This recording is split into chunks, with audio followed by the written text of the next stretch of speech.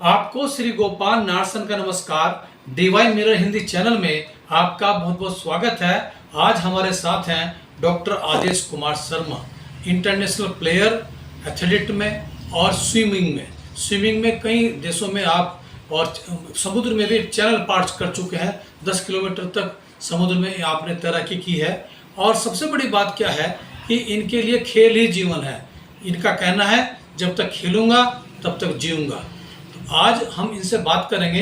इस वक्त देश में लोकसभा चुनाव चल रहे हैं और इनको जो सम्मान देने की पहल की थी वो उत्तराखंड के मुख्यमंत्री रहे हरीश रावत ने की थी। इनको पहली बार 50,000 रुपये का एक सम्मान राशि हरीश रावत सरकार द्वारा प्रदत्त की गई थी।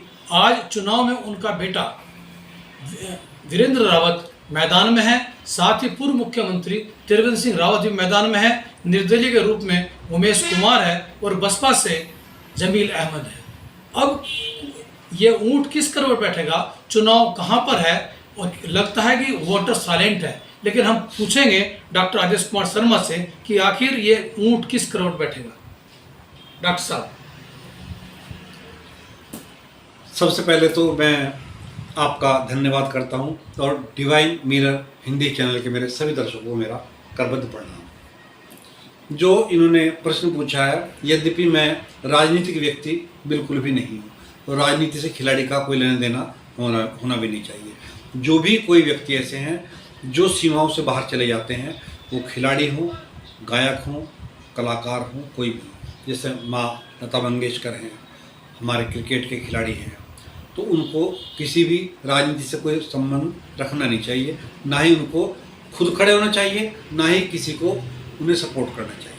लेकिन फिर भी चूँकि हम लोकतंत्र में रह रहे हैं, तो अभी जो इस समय चुनाव प्रचार चल रहा है, कल रात यहाँ पर उमेश कुमार जी की रैली थी जो बड़ी भव्य थी, बहुत जोर लगा रहे हैं। भाजपा के लोग बहुत ज़्यादा घर घर घूम रहे हैं और जो कांग्रेस के लोग हैं, कांग्रेस के लोग इस समय एक साइलेंट वोटर की तरह हैं।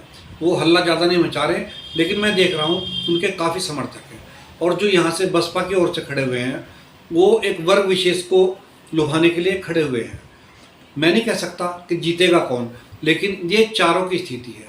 लेकिन मैं ये जानता हूँ कि काम जो व्यक्ति करता है उसको वोट मिलना चाहिए। और जब भी कोई आदमी आपसे वोट मांगने के लिए आता है, आप उससे पूछो कि आपने इससे पहले किया क्या है, चाहे वो कोई भी हो, ठीक। और उसको आदमी पढ़ा लिखा होना चाहिए और वो आदमी आगे भविष्य में काम करना चाहिए।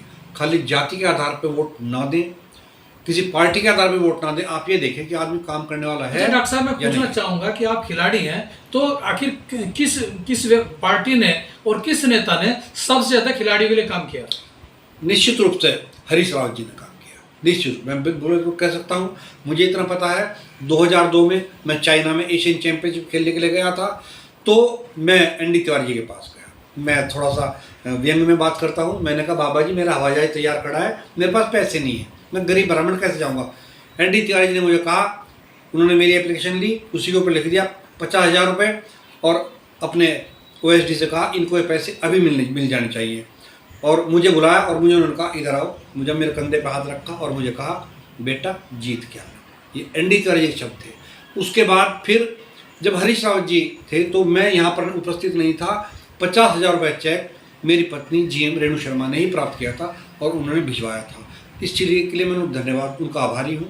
तो उन्होंने दिया है पैसा मुझे। अच्छा डॉक्टर साहब, ये बताइए, और इसके अतिरिक्त भी जो कई बार मुझे जो पैसा मिला, पैसा मुझे केवल कांग्रेस के टाइम ही मिला है।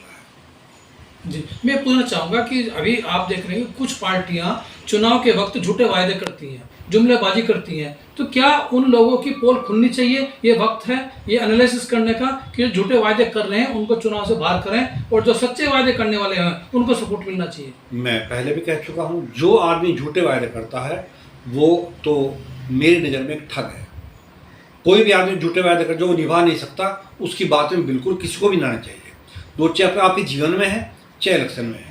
और आदमी पढ़ा लिखा हो, गंभीर हो, जो आदमी काम कर सकता हो, मैंने कहा कोई भी हो, चाहे जो आदमी काम कर सकता है वही आदमी आगे आना चाहिए, बस। अच्छा, हमारा देश संविधान से चलता है। डॉक्टर भीमराव अंबेडकर ने संविधान को बनाया था, तो लेकिन अभी चर्चा चल रही है कि अगर 400 पार हो गया तो संविधान बदल देंगे? देखिएगा, जहाँ तक बात है, ये जो 400 पार वाली बात है, खाली एक ही पार्टी का है। जब भी शासक बहुत ज़्यादा बहुमत में होता है या निरंतर शासन करता है, वो निरंकुश हो जाता है। और यदि शासक निरंकुश हो गया तो फिर वह देश का भला नहीं कर पाता है, फिर वह सोचता है कि वही ईश्वर है। तो कभी भी शासक को ईश्वर ना बनाओ और उसके अंदर भावना ना पनपने दो कि वो ईश्वर है, और शासक भी अपने आप को ईश्वर ना समझे, ये अच्छी बात है। क्योंकि निरंकुशता अच्छी नहीं है। 400 पार का मतलब यह है कि लोकतंत्र समाप्त। 400 का मतलब पार का मतलब है 450 सीट हैं वैसे, लेकिन 445 पे इलेक्शन होता है। वो 5 सीट जो है, वो जहाँ तक मेरा विचार है, वो जो वो मतलब पीओ के हैं उनकी हैं, जो कि खाली रखी जाती है। तो 445 पर इलेक्शन होता है। अगर इन्होंने 400 पार कर लेते हैं तो लोकतंत्र समाप्त हो जाएगा। चूँकि निरंकुश शासन अच्छा नहीं है, विपक्ष का होना आवश्यक है। पंडित जवाहरलाल नेहरू ने बहुमत होने के बाद भी विपक्ष में जब लोग कम थे तो उन्होंने अपने लोगों का क्या विपक्ष का काम करेंगे। और जो निंदक नेड़े राखिए, जो कबीरदास जी ने कहा, ठीक है, तो निंदक तो होना ही चाहिए, अपोजिशन तो होना ही चाहिए, चाहे अपनी पार्टी से ही बनाया जाए। और जब कोई दूसरा व्यक्ति आपसे क्वेश्चन ना कर सके तो आप निरंकुश हो जाएंगे। इससे तो बचना ही चाहिए। तो ये थे इंटरनेशनल खिलाड़ी डॉक्टर आदेश कुमार शर्मा, जो स्पष्ट रूप से बता रहे थे कि हमें ऐसे शासक नहीं चाहिए जो निरंकुश हो जाएं, और इतना बहुमत भी नहीं मिलना चाहिए ताकि वो लोकतांत्रिक व्यवस्था को ही चरमरा दे। तो आज आपका बहुत बहुत धन्यवाद। फिर हम किस से बात करें, तब तक के लिए जय हिंद, जय भारत, नमस्कार। आपको श्री गोपाल नारसन का नमस्कार। डिवाइन मिरर हिंदी चैनल में आपका बहुत बहुत स्वागत है। आइए जान लेते हैं आज की कुछ खास चर्चित खबरें। अभी आप अंतर्राष्ट्रीय खिलाड़ी डॉक्टर आदेश कुमार शर्मा से बातचीत के अंश देख रहे थे, जिन्होंने कहा कि मतदान से पहले प्रत्याशियों के बारे में अवश्य जान लें और झूठे वायदे करने वालों को कदापि वोट न दें, बल्कि वोट उन्हें दें जिन्होंने अपने कार्यकाल में जनता की कसौटी पर खरा उतरने का काम किया है। फिल्म अभिनेता सलमान खान के घर पर फायरिंग करने वाले विक्की गुप्ता व सागर पाल को पुलिस ने गुजरात के भुज इलाके से गिरफ्तार कर लिया है। उन्होंने गैंगस्टर लॉरेंस बिश्नोई के भाई अनमोल के इशारे पर उक्त घटना को अंजाम दिया था। वे काले हिरण के शिकार मामले में उन्हें सजा देना चाहते थे, जिसके लिए सलमान को डराने के लिए 1 लाख रुपए दिए गए थे। लोकसभा चुनाव के लिए उत्तराखंड समेत उत्तर प्रदेश की 8 सीटों पर पहले चरण के 19 अप्रैल को होने वाले मतदान के लिए आज शाम 6 बजे चुनाव प्रचार समाप्त हो गया है, जिस कारण विभिन्न दलों के स्टार प्रचारकों की आवाजाही भी रुक गई है।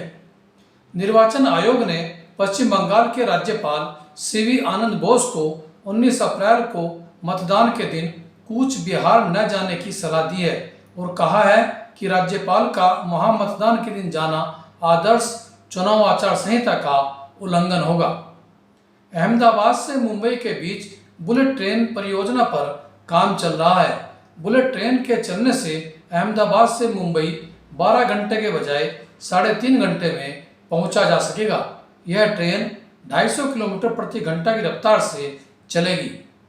दिल्ली के मुख्यमंत्री अरविंद केजरीवाल ने अपने मंत्रियों व अधिकारियों से बातचीत करने के लिए वीडियो कॉन्फ्रेंसिंग सुविधा उपलब्ध कराए जाने हेतु दिल्ली हाई कोर्ट में याचिका दाखिल की है। चुनाव ड्यूटी कटवाने में नाकाम रहे कई सरकारी कर्मचारी अपनी पत्नियों को नाराज कर बैठे हैं। एक कर्मचारी की शादी की वर्षगांठ मतदान के दिन पड़ रही है। उसने ड्यूटी कटवाने की पूरी कोशिश की परंतु नाकाम रहा। अब पत्नी नाराज हो गई है। वहीं एक की पत्नी चुनाव ड्यूटी के कारण अपने मायके में हो रही शादी में न जा पाने से पति से रूठ गई है। ऐसे 795 आवेदन अकेले अल्मोड़ा जिले में प्राप्त हुए हैं, जिनमें से 405 आवेदनों को अस्वीकृत कर दिया गया। उत्तराखंड के 10 पर्वतीय जिलों में 3,53,000 वोटर अपने निर्वाचन पते पर सत्यापित न हो पाने के कारण वोट डालने से वंचित कर दिए गए हैं। यह कार्रवाई बीएलओ की रिपोर्ट के आधार पर की गई है। और अंत में देखिए ब्रह्मा कुमारीज का आज का प्रेरक वीडियो। चेहरा मुस्कुराता हुआ और नैनों में बाप की याद का स्नेह और वह रूहानी स्नेह संपन्न दृष्टि, उस दृष्टि से हम एक दो को नजर से निहाल करते रहें, नजरों से बाप की याद दिलाते रहें।